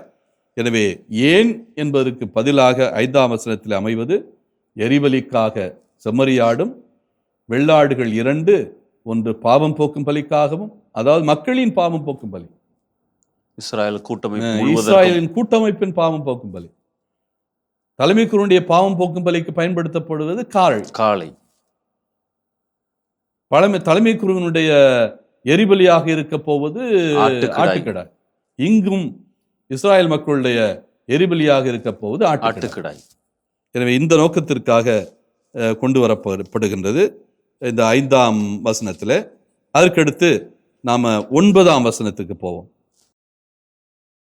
ஆண்டவருக்கென சீட்டு விழுந்த ஆட்டுக்கிடாயை பாவம் போக்கு பலியாக செலுத்த வேண்டும். தலைமை குரு எந்த வெள்ளாடை போக்கு ஆடாக அல்லது பாவம் போக்கும் பலியாடாக கண்டுபிடிப்பதற்கு சீட்டு குலுக்கி போட்டு பார்க்கிறார். ஊரிம் தும்மிம் இதன் வழியாக அவர் சீட்டு குலுக்கி பார்த்து வாசிங்க 9ஆம் வசனத்திலிருந்து. ஆண்டவருக்கென சீட்டு விழுந்த ஆட்டுக்கிடாயை பாவம் போக்கும் பலியாக செலுத்த வேண்டும். போக்கு ஆடாக விடப்படுவதற்கென சீட்டு விழுந்த வெள்ளாட்டுக்கிடாய் பாவ கழுவாய்க்கென பாலை நிலத்திற்கு அனுப்பப்படுமாறு ஆண்டவர் திருமுன் உயிருடன் நிறுத்தி வைக்கப்படும். ஆக இப்பொழுது 2 வெள்ளாடுகள், இவை 2 வெள்ளாடுகளும் ஒன்று பாவம் போக்கும் பலிக்காகவும் மக்களின் பாவம் போக்கும் பலிக்காகவும் அதே போல போக்காடாகவும் தேர்ந்தெடுக்கப்பட வேண்டும். அப்படி தேர்ந்தெடுக்கப்படுகின்ற போது ஊரிம் தும்மிமை பயன்படுத்தி இவர்கள் தேர்ந்தெடுக்கிறார்கள். அப்படி தேர்ந்தெடுப்பதில் ஒரு ஆடு போக்காடாகவும், இன்னொன்று வெள்ளாடாகவும், இன்னொன்று பாவம் போக்கும் பலியாகவும் பயன்படுத்தப்படுகிறது. 11ஆம் வசனத்துக்கு வாருங்கள். ஆரோன் பாவம் போக்கும் பலிக்குரிய காளையை தனக்காகவும் தன் குடும்பத்தாருக்காகவும் பலியிட்டு பாவக்கழுவாய் நிறைவேற்றுவான். ஆக இந்த தயாரிப்பு கட்டங்கள் எல்லாம் முடிந்துவிட்டது. தலைமை குரு பலிப்பொருட்களை கொண்டு வந்து விட்டார். இஸ்ராயல் மக்கள் அவர்களுக்குரிய பலிப்பொருட்களை கொண்டு வந்து விட்டார். இஸ்ராயல் மக்கள் கொண்டு வந்த பலிப்பொருட்களில் 2 வெள்ளாடுகள், எது பாவம் போக்கும் பலி, அவர்களுடைய பாவத்துக்கு போக்குகின்ற பலி, இன்னொன்று எது போக்கு ஆடு போக்காடு. என்று முடிவு செய்யப்பட்டு விட்டது. இப்பொழுது பலியானது தொடங்குகிறது. முதலில் தலைமைக்குரிய என்ன செய்ய வேண்டும்? தன்னை தூய்மைப்படுத்த வேண்டும், தன்னுடைய இனத்தை தூய்மைப்படுத்த வேண்டும். இவர் பாவ கழுவாய் நாளை நினைவு கூறுகிறார். அந்த நாளுடைய சிறப்பை இன்றைக்கு கொண்டாடுகிறார். அப்படி என்றால் முதலில் இவர் என்ன செய்ய வேண்டும்? அவரை தூய்மைப்படுத்த வேண்டும். இவரை தூய்மைப்படுத்த வேண்டும். தூய்மைப்படுத்தாத தலைமை குருவுக்கு பலி செலுத்தக்கூடிய உரிமை கிடையாது. யாருக்காக பலி செலுத்த உரிமை இல்லை? மக்களுக்காக. மக்களுக்காக. எனவே தன்னை முதலில் தூய்மைப்படுத்த என்ன செய்கிறார்? பலிபீடத்துக்கு முன்னால் வருகிறார். அங்கே காளையை கொண்டு பாவம் போக்கு பலி ஒப்பு கொடுக்கப்படுகிறது. அது வெட்டப்படுகிறது. வெட்டப்பட்டு பீடத்துக்கு கொண்டு வரப்படுகிறது. பீடத்திலே வைத்து அவர் என்ன செய்கிறார்? 11ஆம் வசனத்திலே தலைமை குரு காளையை பலி செய்கிறார். ஏன் பலி செய்கிறார்? என்ன காரணம்?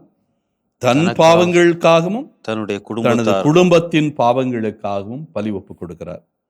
இப்பொழுது 12 14 வசனங்களை பார்ப்போம். ஆரோன் கலசத்தை ஆண்டவர் திருமுன் இருக்கும் பலிபீடத்து நெருப்பு தணலால் நிரப்பி கொண்டு பொடியாக்கப்பட்ட நறுமணமிக்க சாம்பிராணியையும் எடுத்துக்கொண்டு தொங்குதிரைக்கு உள்ளே வருவான். ஆக 12ஆம் வசனம் எதை பற்றி கூறுகிறது? வழக்கமாக திரைச்சிலைக்கு முன்னால் என்ன இருக்கிறது என்றால் தூப கலசம் இருக்கிறது. தூப கலசம் என்பது வழிபாட்டிலே மிக மிக முக்கியமானது. இந்த குருக்கள் இருக்கிற பகுதி அதுதான் சந்திப்பு கூடாரம். சந்திப்பு கூடாரத்துக்கு உள் இருப்பது தான் திருத்துயகம். அது திரைச்சிலை வைத்து மறைக்கப்பட்டிருக்கிறது. அந்த சந்திப்பு கூடாரத்துக்குள்ளே குருக்கள் இருக்கிற பகுதியில் 3 முக்கியமான நிலைகள் இருக்கிறது. நடுவிலே தூவக்கலசம் இருக்கிறது. வலப்புறம் இருப்பது திருமுன்னிலை அப்பம் தாங்கிய மேசை இருக்கிறது. இடப்புறத்தில் விளக்கு தண்டு இருக்கிறது. இந்த 3 பொருட்களும் இந்த சந்திப்பு கூடாரத்தில் இருக்கிறது. இப்போ தூவக்கலசை கலசத்தை எடுக்கிறார். அந்த கலசத்தில் என்ன செய்கிறார்? பொடியாக்கப்பட்ட பலிபீடத்து நெருப்பு தணலால் நிரப்பி, வேற எந்த நெருப்பு தணலையும் நிரப்பக்கூடாது. ஆரோனுடைய புதல்வர்கள் 2 பேர் செய்த குற்றங்களில் இதுவும் ஒன்று. இவர்கள் இந்த நெருப்பு தணலை எங்கிருந்து எடுத்திருக்கிறார்கள்? பலிபீடத்திலிருந்து எடுக்கவில்லை.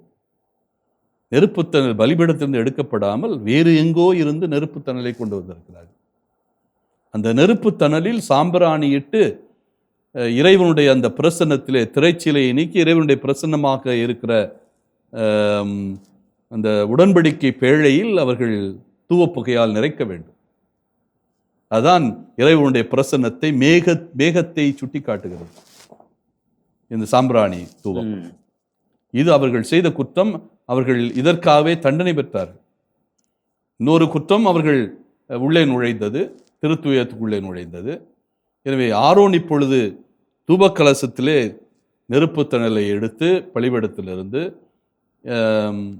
உடன்படிக்கை பேழை இருக்கிற பகுதிக்கு சென்று அதை முழுமையாக இந்த சாம்பிராணி தூபத்தால் நிறைத்து இறைப்பிரசன்னத்தை அவன் உணர்த்த வேண்டும். அதற்கடுத்து 13 அவன் சாகாதிருக்க உடன்படிக்கை பேழையின் மேல் இருக்கும் இரக்கத்தின் இருக்கையை புனித புகை மூடும் அளவிற்கு ஆண்டவர் திருமுன் நெருப்பில் சாம்பிராணி போடுவான். அதாவது அவன் பார்க்கக்கூடாது. உடன்படிக்கை பேழை அவனுடைய கண்ணுக்கு முன்னால் மறைவாக இருக்க வேண்டும். எப்பொழுது அந்த உடன்படிக்கை பேழையை சாம்பிராணி புகை மறைக்கிறதோ அப்பொழுது அவன் வாழ்வான், அவன் சாக மாட்டான். நேரடியாக இறைவனை பார்க்கக்கூடிய தகுதி யாருக்குமே இல்லை. ஒரே தகுதி தலைமை குருக்கு இருக்கிறது. ஆனால் அவர் உடன்படிக்கை பேழை இருக்கிற இடத்துக்குள் தான் நுழையலாம். உடன்படிக்கை பேழையை அவருடைய திறந்த கண்ணால், வெளிப்புற கண்ணால், புறக்கண்ணால் பார்க்கக்கூடாது. அப்படி பார்க்காமல் இருக்க அவர் என்ன செய்ய வேண்டும்? சாம்பிராணி புகையால். தூவக்கலசனுடைய பணி அதுதான். அங்கே எப்பொழுதும் தூவப்புகையானது முழுவதுமாக நிறைத்து கொண்டு இருக்க வேண்டும். அதுவும் குறிப்பாக ஆரோன் உள்ளே நுழைகின்ற போது அதை கவனமாக செய்ய வேண்டும். அதற்கடுத்து 14 மேலும் அவன் கீழே நின்று கொண்டு காளையின் இரத்தத்தில் சிறிது எடுத்து இரக்கத்தின் இருக்கையின் மீது தன் விரலால் தெளிப்பான். மீண்டும் சிறிது எடுத்து இரக்கத்தின் இருக்கை முன்னர் 7 முறை தெளிப்பான். ஆக அவன் என்ன செய்ய வேண்டும்? காளை மாட்டு இரத்தத்தை திருத்துயத்தில் கொண்டு செல்ல வேண்டும். அதை எதற்காக உள்ளே கொண்டு செல்கிறான்? உடன்படிக்கை பிழையின் மேல் இரத்தத்தை, தன் விரலால் முழுமையாக அவன் தெளிப்பதற்கு. தெளிப்பது. அது எதை சுட்டி காட்டுகிறது? தன்னுடைய பாவம் முழுவதும் நீக்கப்பட்டு விட்டது, தன்னுடைய சந்ததியின் பாவம் எல்லாம் நீக்கப்பட்டு விட்டது என்பதற்கான அடையாளமாக அது அமைக்கிறது. இப்பொழுது ஆரோனோ அல்லது தலைமை குருவோ என்ன நிலையில் இருக்கிறார்கள்? காளையினுடைய இரத்தம் உடன்படிக்கை பழையின் மீது தெளிக்கப்பட்ட உடனே இவர்கள் தூய்மை அடைந்து விட்டார்கள். ஆக இந்த தூய்மை அடைந்த பிறகுதான் அடுத்த சடங்குகள் நடக்க ஆரம்பிக்கின்றன, மக்களை தூய்மைப்படுத்தும். ஆக இந்த 14ஆம் வசனம் வரை ஆரோன் அல்லது தலைமை குரு தன்னை தூய்மைப்படுத்துகின்ற அந்த பணியை செய்கிறார். குறிப்பாக 11ஆம் வசனத்திலிருந்து 14ஆம் வசனம் வரை. அதற்கடுத்து 15ஆம் வசனத்திலிருந்து என்ன நடக்கிறது? 15ஆம் வசனம் வாசியுங்கள். மக்களின் பாவம் போக்கும் பலியான வெள்ளாட்டுக்கிடாயை அவன் அடித்து அதன் இரத்தத்தை தொங்குதிரைக்கு உள்ளே கொண்டு செல்வான். காளையின் இரத்தத்தை தெளித்தது போலவே இதனையும் இரக்கத்தின் இருக்கையின் மேலும் அதன் முன்னிலையிலும் தெளிப்பான். ஆக ஏற்கனவே வெள்ளாட்டுக்கிடாய், 2 வெள்ளாட்டுக்கிடாய்கள் எதற்கு என்று நிர்ணயிக்கப்பட்டு விட்டது. ஒன்று மக்களுடைய பாவத்தை போக்குவதற்கு, இன்னொன்று போக்காடாக. தன்னுடைய பாவங்களை போக்கிய பிறகு இப்பொழுது ஆரோன் தகுதி படைத்து விட்டான். எதற்கு? மக்களுடைய பாவங்களை போக்குவதற்கு. மக்களுடைய பாவங்களை போக்குவதற்கு அவன் எதை இப்பொழுது பலி கொடுக்க வேண்டும்? ஏற்கனவே தேர்ந்தெடுத்த வெள்ளாட்டுக்கிடாயை பலி கொடுக்க வேண்டும். அதைத்தான் செய்கிறான். வெள்ளாட்டுக்கிடாயை அவன் பலி கொடுக்கிறான். அந்த பலி கொடுத்த பிறகு எப்படி காளையினுடைய இரத்தத்தை அவன் அந்த இறைவனுடைய இரக்கத்தின் இருக்கையின் மீது தெளித்தானோ, அதே போல என்ன செய்ய வேண்டும்? இந்த வெள்ளாட்டு இரத்தத்தையும் தெளிக்க வேண்டும். அது ஏற்கனவே என்ன செய்தானோ அதே மாதிரி செய்ய வேண்டும். தூப கலசத்தை எடுத்து முழுமையாக அவன் தூபத்தால் நிரப்ப வேண்டும். அதன் பிறகு வெள்ளாட்டு இரத்தத்தை தெளிக்க வேண்டும். குருக்களுக்காக காளையை ஒப்பு கொடுத்தான், மக்களுக்காக வெள்ளாட்டுக்கிடாயை ஒப்பு கொடுத்தான். என்றால் இஸ்ராயேல் மக்களின் பாவத்திற்காக இது இந்த இரத்தத்தை உடன்படிக்கை பழியில் தெளிப்பது. இப்பொழுது மக்களும் தங்களுடைய பாவங்களிலிருந்து முழுமையாக தூய்மை அடைந்து விட்டார்கள். 16ஆம் வசனத்தை வாசியுங்கள். 16 முதல் 17.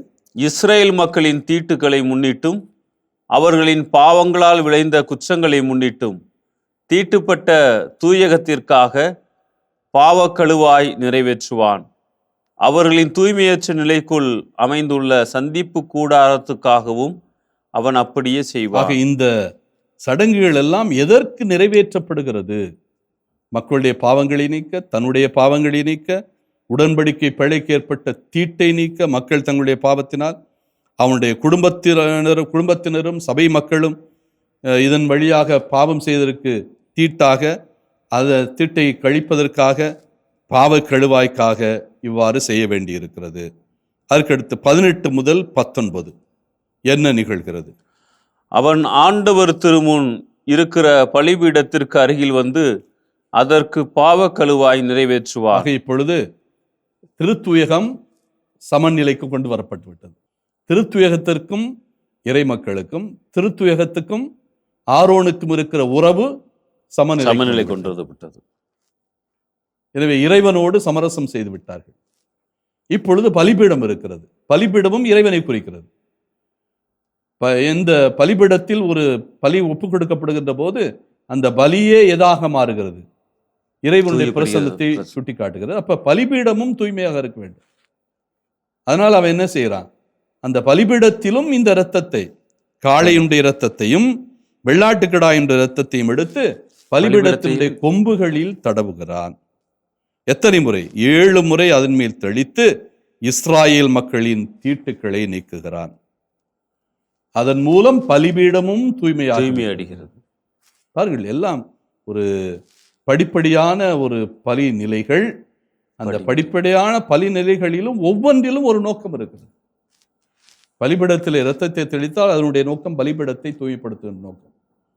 உடன்படிக்கை பேழையின் மேல் இரத்தத்தை தெளித்தால் எனக்கும் இறைவனுக்கும் உள்ள உறவை சமன் செய்வது, சரி செய்வது. நான் இறைவனுக்கு தூரத்தில் இல்லை, நெருக்கமாக இருக்கிறேன், இறைவனும் நானும் ஒன்று, நாங்கள் இருவரும் உறவிலே இருக்கிறோம் என்பதை அது சுட்டி காட்டுகிறது. எனவேதான் இந்த இரத்தமானது எங்கும் தெளிக்கப்படுகிறது, உடன்படிக்கை பேழையிலும் தெளிக்கப்படுகிறது. அதன் பிறகு இப்பொழுது எல்லா உறவுகளும் சமன் செய்யப்பட்டு விட்டது, பலிபீடமும் சரியாகிவிட்டது, உறவுகள் சமன் செய்யப்பட்டு விட்டது. இனி பாவத்துக்கான அந்த நிலையானது கடத்தப்பட வேண்டும். அடுத்த நிலை கடத்தப்பட வேண்டும். எப்படி கடத்தப்படுகிறது பாவம்? எனவே 20வது வசனம், இவ்வாறு அவன் தூயகத்திற்கும் சந்திப்பு கூடாரத்திற்கும் பலிபீடத்திற்கும் கழுவாய் நிறைவேற்றிய பின். ஆக எல்லாத்தையும் ஒட்டுமொத்தமாக இந்த பகுதி சொல்லுகிறது. தூயகமும் சந்திப்பு கூடாரமும் பலிபீடமும் கழுவாய் நிறைவேற்றப்பட்டு விட்டது. இப்பொழுது உயிரோடு இருக்கிற ஆட்டுக்கிடாய் கொண்டு வரப்படு. அங்கே ஆட்டுக்கிடாய் என்றால் வெள்ளாட்டுக்கிடாய் கொண்டு வரப்படுகின்றது. இப்பொழுது இவர்களுடைய பாவங்கள் எல்லாம் பலிபீடத்தோடும் இறைவனோடும் சமரசம் செய்யப்பட்டு விட்டாலும் இது நிறைவு பெறவில்லை. எப்பொழுது அது நிறைவு பெறும்? இந்த பாவம் கடத்தப்படுகிறது என்ற அந்த பாவத்துக்கு முழுமையாக வெள்ளாட்டுக்கிடாக்களோ அல்லது காளை மாடுகளோ நிரந்தர தீர்வை கொடுக்கவில்லை. அந்த நிரந்தர தீர்வு பெற வேண்டும் என்றால் இவர்கள் காத்திருக்க வேண்டும். எங்கே? இயேசுடைய வருகைக்காக காத்திருக்க வேண்டும். அவர்தான் தன்னுடைய இரத்தத்தால் முழுமையாக தூய்மைப்படுத்த முடியும். எனவே இப்பொழுது இந்த வெள்ளாட்டுக்கிடாயின் மீது இந்த பாவமானது கடத்தப்படுகிற நிகழ்வு அரங்கேறப் போகிறது. வாசியுங்கள் 21. ஆரோன் இரு கைகளையும் உயிரோடு இருக்கும் அந்த கிடாயின் மேல் வைத்து இஸ்ராயல் மக்களின் எல்லா குற்றங்களையும் தவறுகளையும் பாவங்களையும் அறிக்கையிட்டு அதன் தலைமேல் சுமத்தி அதை பாலை நிலத்துக்கு கொண்டு செல்ல நியமிக்கப்பட்ட ஆள் மூலம் அங்கு அனுப்பப்படுவான். ஆக 20-21 தெள்ளத் தெளிவாக போக்கு ஆடு சடங்கு நடத்துவதை சுட்டிக்காட்டுகிறது. இங்கே இந்த போக்கு ஆடு என்பது எபிரேய மொழியில அசாசல் என்று அழைக்கப்படுகிறது. அசாசல் என்றால் இதனுடைய எபிரேய சொல்லுக்கு அடிப்படை சிந்தனை என்னவென்றால், அதாவது ஃபாலன் ஏஞ்சல் என்று ஆங்கிலத்தை சொல்லுவார்கள். இறைவனால் தண்டிக்கப்பட்ட வானதூதர்கள், அவர்களைத்தான் அலகை என்று சொல்லுகிறோம். இந்த அலகையினுடைய பணி என்னவென்றால், இந்த இறை மக்களை எல்லாம் தவறான வழிக்கு அழைத்து செல்வது. ஆதாம் ஏவாளை அவர்கள் தவறான வழி நடத்தினார்கள், அதே போல மக்களையும் நடத்தினார்கள். இந்த தவறிய வானதூதர்களுடைய அடையாளமாக இருப்பதுதான் இந்த பழியாடு. இந்த போக்காடு என்ன செய்கிறது? இப்பொழுது இங்கே கொண்டு வரப்பட்டு வெள்ளாடு, இதன் மீது தலைமை குரு தன்னுடைய கைகளை வைக்கிறார். அவர் கைகளை வைக்கிற போது இது எதை குறிக்கிறது? மக்களுடைய பாவங்கள், அவருடைய பாவங்கள், இவை எல்லாம் இந்த ஆட்டின் மீது சுமத்தப்படுகிறது. எனவேதான் இதை நாம் போக்கு ஆடு என்று சொல்லுகிறோம். போக்கு ஆடு என்றால் the scapegoat, ஆங்கிலத்தில் scapegoat என்று சொல்லுகிறார்கள். அந்த ஆடு குற்றம் செய்யவில்லை, நம்முடைய குற்றங்கள் அந்த ஆட்டின் மீது சுமத்தப்படுகிறது. அது பலியாடாக மாறுகிறது. என்னுடைய பழி யார் மேல் விழுகிறது? இன்னொரு ஆட்டின் மீது விழுகிறது. வழக்கமாக ஏதாவது தப்பு செய்து விட்டு பழியை இன்னொரு பேர் மேல போடுவோம்ல, நான் தப்பிப்பதற்கு இன்னொரு ஆளை பழி சுமத்தி காட்டி கொடுக்கிறேன். நான் அல்ல, இவன் தான். ஏறக்குறைய இந்த சடங்கு அதை ஒட்டித்தான் இருக்கிறது. என்னுடைய குற்றங்களை நான் இன்னொருவர் மேல் சுமத்தி விடுகிறேன், என்னுடைய பழியை இன்னொரு மேல் சுமத்தி விடுகிறேன். எனவேதான் பழியாடு, பலியாடு அல்ல பழியாடு. ரெண்டு வேறுபாடு இருக்குது.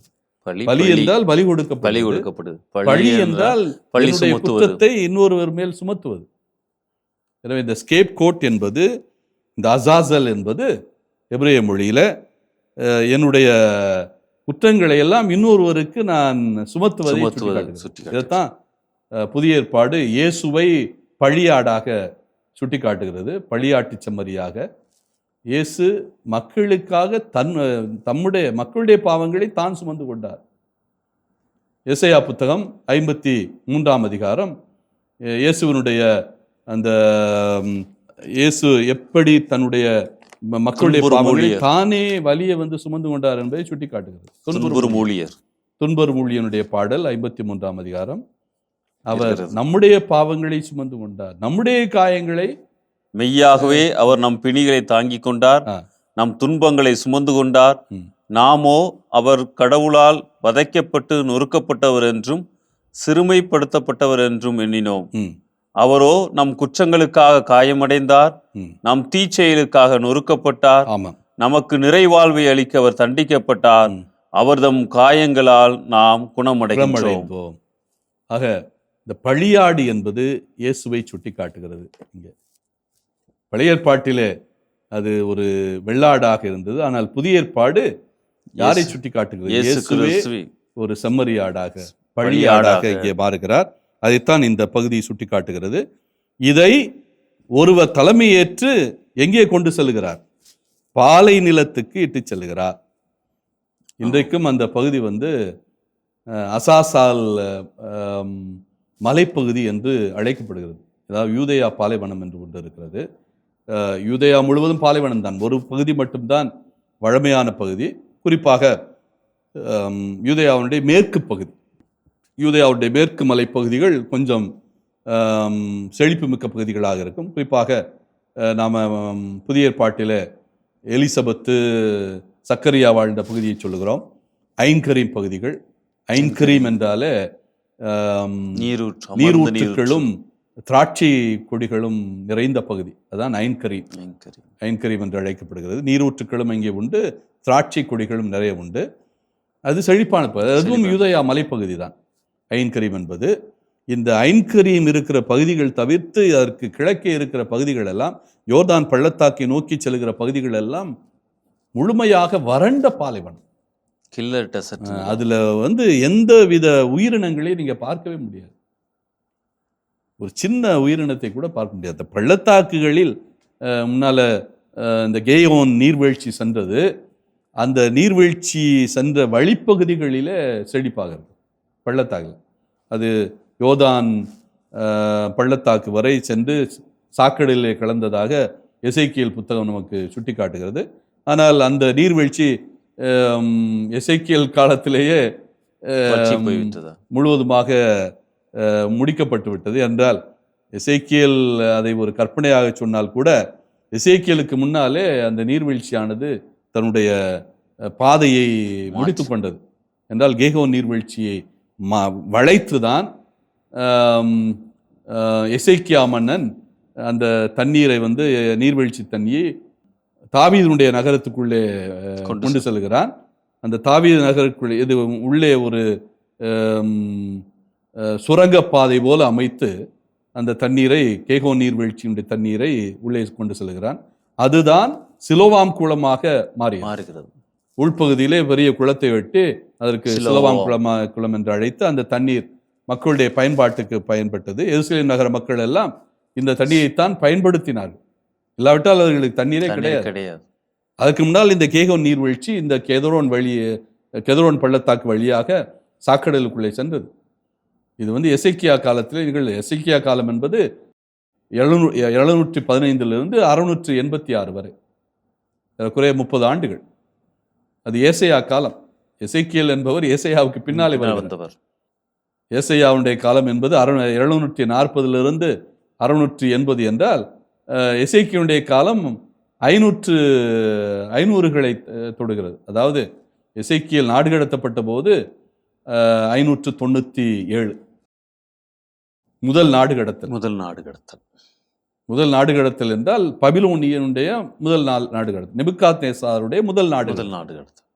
இரண்டாவது நாடு கடத்தல், நெபுகாத்நேசருடைய இரண்டாவது நாடு கடத்தல் எருசலேம் அழிவோடு சம்பந்தப்பட்டது, ஆலயத்தினுடைய அழிவோடு சம்பந்தப்பட்டது. 586 நிகழ்ந்தது. அந்த காலகட்டத்தில் தான் எசேக்கியேல் வாழ்கிறார். எசேக்கியேல் இந்த நபுகாத் நேசரால் முதலாகவே நாடு கடத்தப்பட்டு விட்டார். பாபிலோனுக்கு அழைத்து செல்லப்பட்டு விட்டார். எனவே 100 ஆண்டுகள் கழித்து உள்ள எசேக்கியேல் இந்த நீர்வீழ்ச்சியை பற்றி எழுதுகிறார். இது சாக்கடையிலே கலந்ததாக எழுதுகிறார். ஆனால் இந்த நீர்வீழ்ச்சி அதற்கு முன்னாலே தன்னுடைய பயணத்தை முடித்து விட்டது. அது சிலோவாம் குளத்துக்குள்ளே முடங்கி போய்விட்டது. அப்போ அந்த பாலைவனத்தில் எந்த நீர் இருப்பதற்கான சாத்தியக்கூறு இல்லை, சாத்தியக்கூறு அங்கொன்றும் இங்கொன்றுமாக பாலைவன சோலைகள் இருக்கலாம். எனவே இந்த யூதேயா பாலைவனம் முழுவதுமே நீரற்ற பகுதி. அதுவும் யோர்தான் பள்ளத்தாக்கில் யோர்தான் நதி இருப்பதனால தான் அங்கே செழிப்பாக இருக்கிறது. அதுவும் சாக்கடல் வரைதான் செழிப்பு. அதனுடைய சாக்கடலுக்கு வடக்கு பகுதி தான் செழிப்பானது. சாக்கடலை தொட்டதிலிருந்து மீண்டும் வறட்சி தான். அதனால இந்த யோர்தான் பாலைவனமும் யோர்தான் பள்ளத்தாக்கு பகுதிகளில் பெரும்பகுதி பாலைவன பகுதிகள் தான். இந்த யூதேயா பாலைவனத்தில் தான் நாம் இந்த மலையை பார்க்கிறோம். அசாசில் மலை என்று இன்றைக்கும் அழைக்கப்படுகிறது. அங்குதான் இந்த போக்கு ஆடானது அழைத்து செல்லப்படுகிறது. இப்பொழுது தொடர்ந்து நாம 23ஆம் வசனத்துக்கு வருவோம். ஆரோன் சந்திப்பு கூடாரத்திற்கு வந்து தூயகத்தில் உடுத்தியிருந்த 40 ஆடைகளை அங்கே களைந்து வைத்து விடுவான். பின்பு அவன் தூய்மையான இடத்தில் குளித்து தன் ஆடைகளை அணிந்து கொண்டு தன் எரிபலியையும் மக்களின் எரிபலிகளையும் செலுத்தி தனக்காகவும் மக்களுக்காகவும் பாவக்கழுவாய் நிறைவேற்றுவார். 23, 24 2 நிகழ்வுகளை சொல்கிறது. நாம் ஏற்கனவே அந்த போக்கு ஆட்டை ஒருவர் இந்த யூதேயா பாலைவனத்துக்கு அழைத்து சென்று விட்டார். அசாசேல் பாலைவனம் என்று இன்றைக்கும் மலைப்பகுதி என்று இன்றைக்கும் அழைக்கப்படுகிறது. அங்கே விட்டு வந்து விட்டார். அதன் பிறகு என்ன நிகழ்கிறது? இப்ப குரு பயன்படுத்திய ஆடை. ஏற்கனவே அவர் பல்வேறு சடங்குகளை நிகழ்த்தி இருக்கிறார். தனக்கான பலி ஒப்பு கொடுத்திருக்கிறார் பாவங்களுக்கு, மக்களுடைய பாவங்களுக்கு பலி ஒப்பு கொடுத்திருக்கிறார். போக்கு ஆட்டை அனுப்பி இருக்கிறார். இந்த நிகழ்வுகள் எல்லாம் முடிந்த பிறகு வேறு என்ன செய்ய வேண்டும்? தூய்மைப்படுத்த வேண்டும், ஆடைகளை மாற்ற வேண்டும். ஏற்கனவே பயன்படுத்திய ஆடைகளை எல்லாம் களைந்து விட்டு, அது எதற்கு அடையாளம்? என்னுடைய பாவங்கள் நீங்கிவிட்டன, நான் இப்பொழுது புதிய ஆளாக இருக்கிறேன், எனவே புத்தாடை உடுத்த வேண்டும். இந்த புத்தாடை உடுத்திய பிறகுதான் அவர் இனிமேல் நன்றி பலியை ஒப்புக் கொடுக்க வேண்டும். எரிபலி என்பது நன்றி பலி. பாவத்துக்கு கழுவாய் முடிந்து விட்டது. இனிமேல் என்னுடைய நன்றி பலி, இறைவனுக்கு நான் நன்றி செலுத்துகிறேன். இப்ப 2 பேரும் நன்றி செலுத்த வேண்டும். யார் யார்?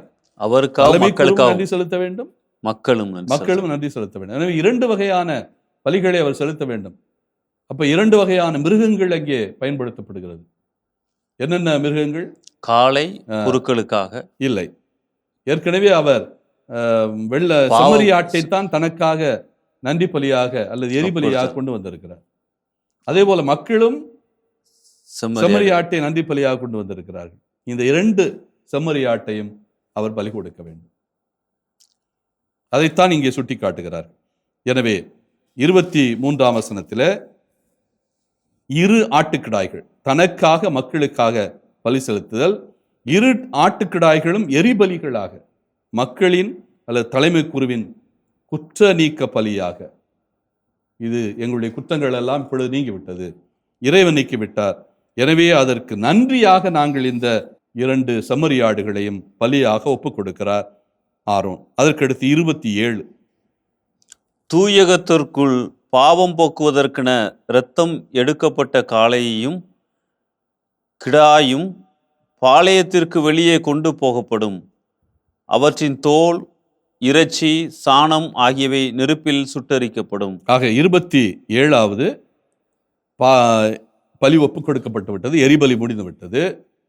ஆனால் முதலிலே 2 பலிகள் ஒப்பு கொடுக்கப்பட்டது, வெள்ளாடும் காளையும். அந்த காளையும் வெள்ளாட்டையும் உண்ணக்கூடாது என்றால் அது எத்தகைய பலி? பாவம் போக்கும் பலி.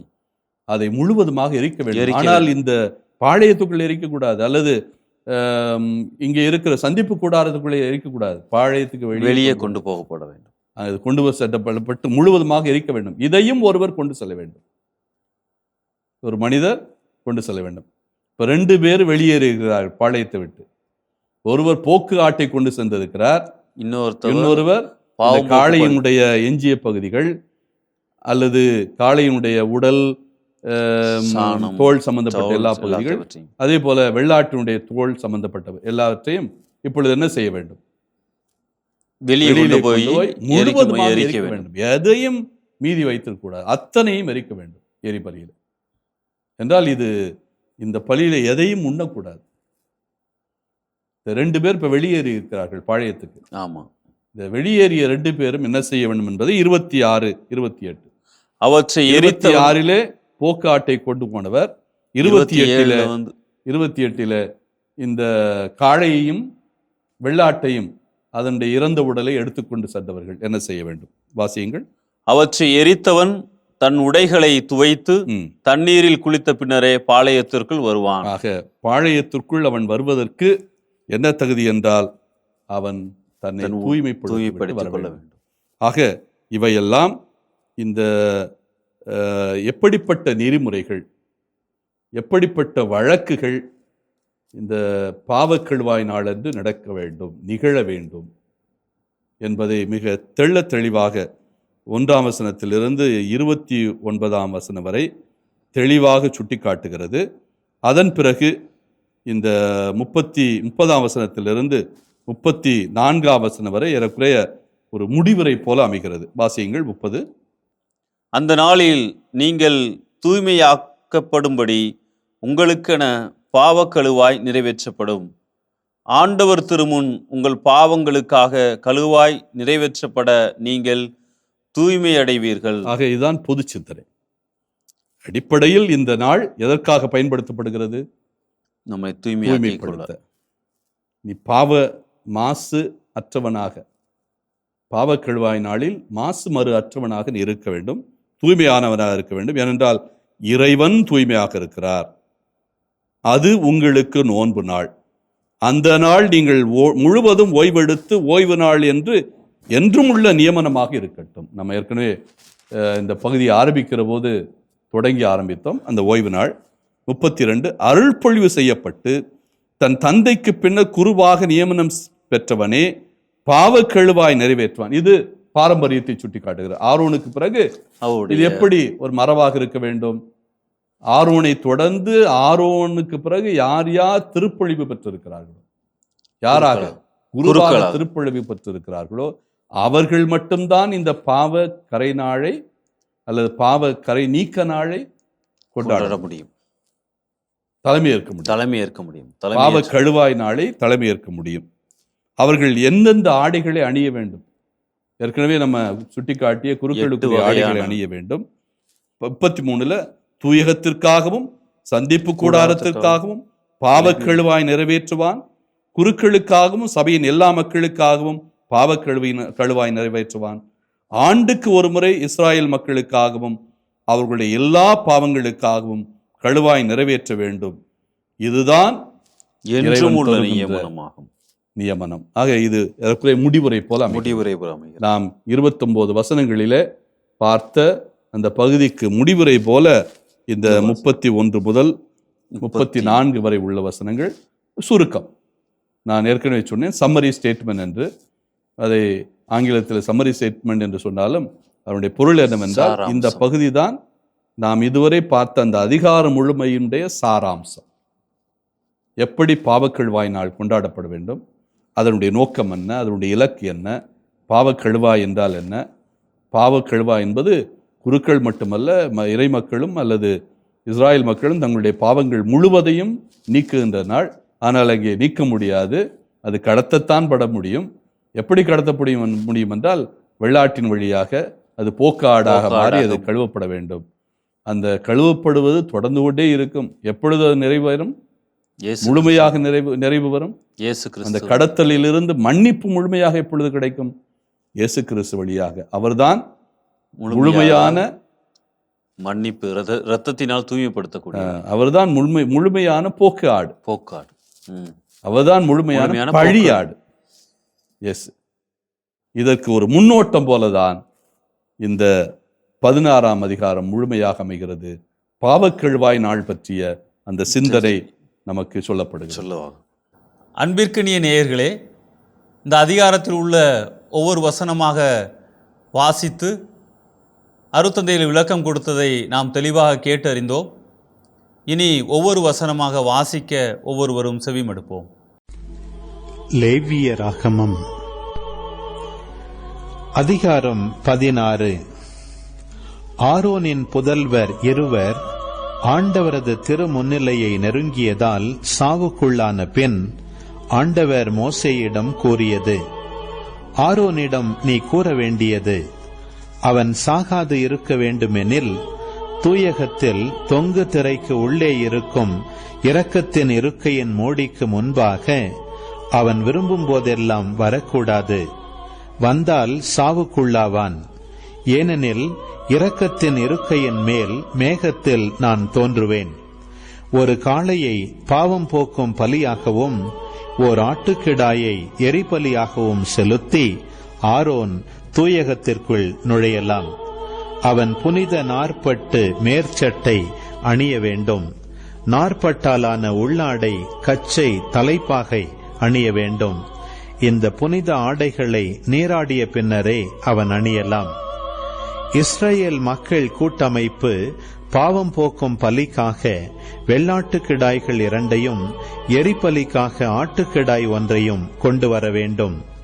ஆரோன் பாவம் போக்கும் பலிக்குரிய காளையை தனக்காகவும் தன் குடும்பத்தினருக்காகவும் பலியிட்டு பாவ கழுவாய் நிறைவேற்றுவான்.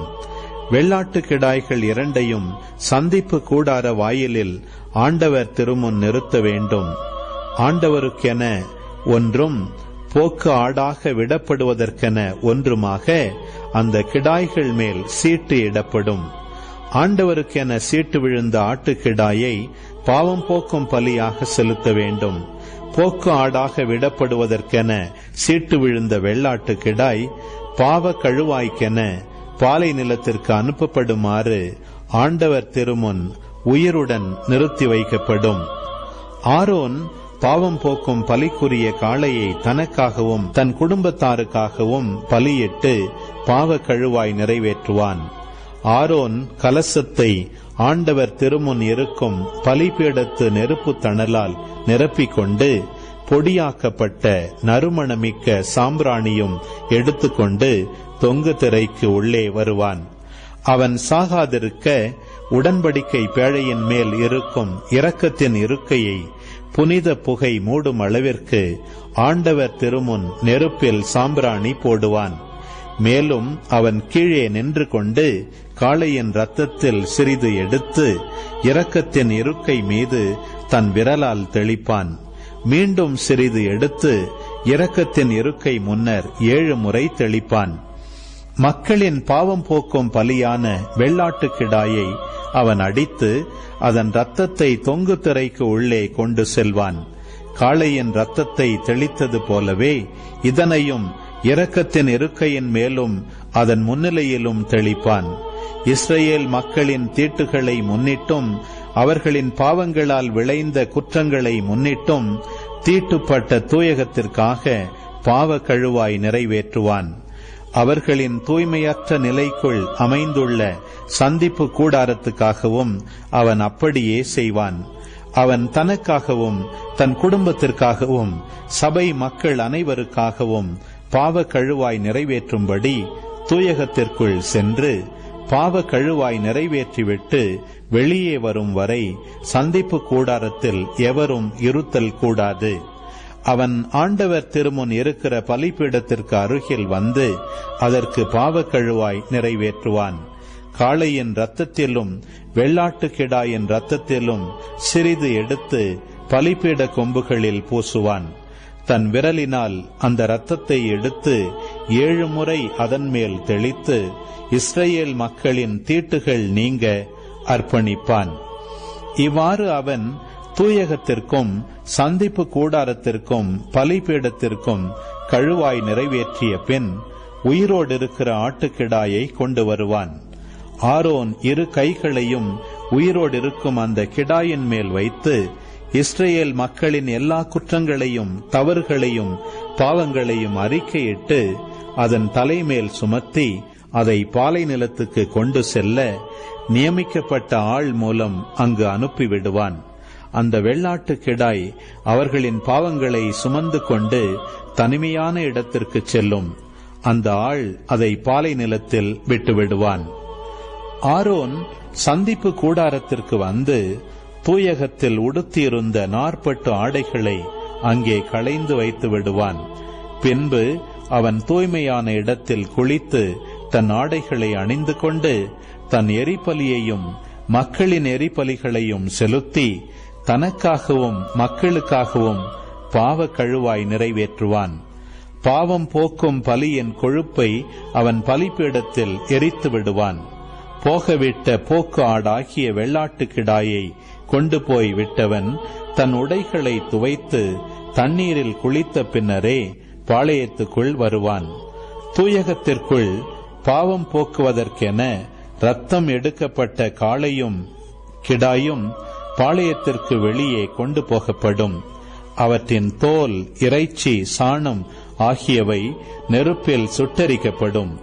அவற்றை எரித்தவன் தன் உடைகளை துவைத்து தண்ணீரில் குளித்த பின்னரே பாளையத்திற்குள் வருவான். 7ஆம் மாதம் 10ஆம் நாள் குடிமக்களும் உங்களோடு வாழும் அந்நியரும் வேலை ஒன்றும் செய்யாமல் நோன்பிருக்க வேண்டும். இது உங்களுக்கு என்றுமுள்ள நியமமாகும். அந்த நாளில் நீங்கள் தூய்மையாக்கப்படும்படி உங்களுக்கென பாவ கழுவாய் நிறைவேற்றப்படும். ஆண்டவர் திருமுன் உங்கள் பாவங்களுக்காக கழுவாய் நிறைவேற்றப்பட நீங்கள் தூய்மை அடைவீர்கள். அது உங்களுக்கு நோன்பு நாள். அந்த நாள் நீங்கள் முழு ஓய்வெடுக்கும் ஓய்வு நாள். இது என்றுமுள்ள நியமமாகும். அருள் பொழிவு செய்யப்பட்டு தன் தந்தைக்கு பின்னர் குருவாக நியமனம் பெற்றவனே பாவ கழுவாய் நிறைவேற்றுவான்.